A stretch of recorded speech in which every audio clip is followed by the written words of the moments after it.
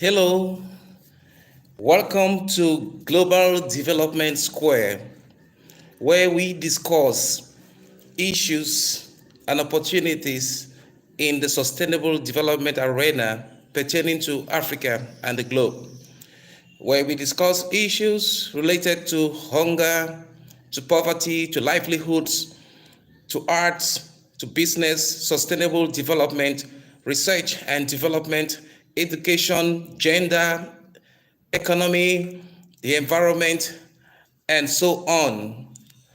And in today's episode, we shall be looking at some of the issues affecting Africa and the opportunities that come with these issues. I am Ivo. I am director at the African Center for Community and Development. And this program is aimed at creating entry points towards development, sustainable development in Africa and the globe. It is also aimed at creating collaborations between stakeholders in Africa and the globe. So you're welcome once more. So, some of the issues that we need to be looking at in Africa that are contemporary, but some of them are also dating far back, are issues like desertification.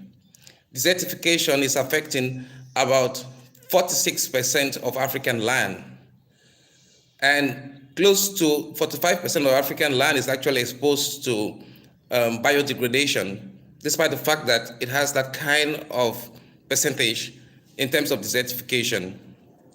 And we know as early as 1996, the IPCC actually has suggested that the climate change is actually going to affect Africa and especially low-lying coastal areas in the continent.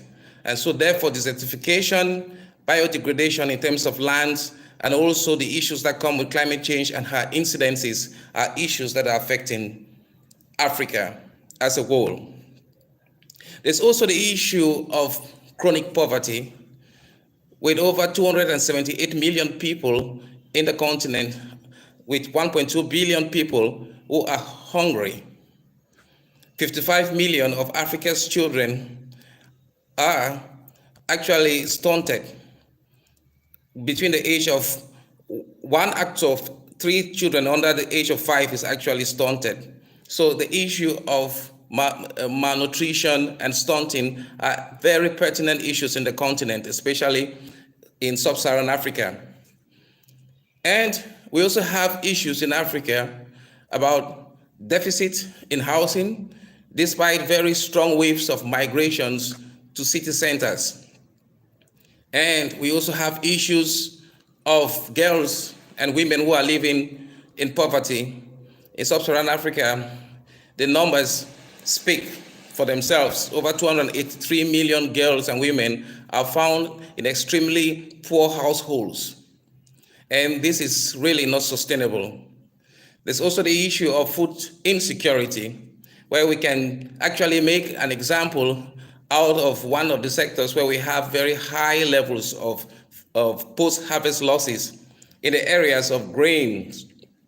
Post-harvest losses in Africa, in the area of grains, is about to the tune of about $4 billion annually. That amounts to about the caloric needs of 48 million people. And so therefore it's a grave issue. So what are we saying in today's Global Development Square? We are saying that there can be some entry points to sustainable development in Africa because of the gaps that we are actually facing as a continent. So in issues like desertification, we need to start thinking and also expanding on investments in regenerative agriculture, in the regeneration of forests. And we know that in the continent and globally, the issue of the loss of biodiversity is very pertinent. So therefore, regeneration schemes and investments are actually needed in the continent and will definitely be an entry point that will create employment and also help to mitigate the excesses or the issues related to climate change and the trapping of carbons. Also, you will know that If people are living in extreme poverty, it therefore means that more businesses need to be set up in the continent. There is a good news in that direction because the population is also growing at 2.6% annually in certain areas. And therefore, if companies decide to penetrate the continent to create jobs, there will be a ready job force to be able to take these industries available and affordable to their next business horizons.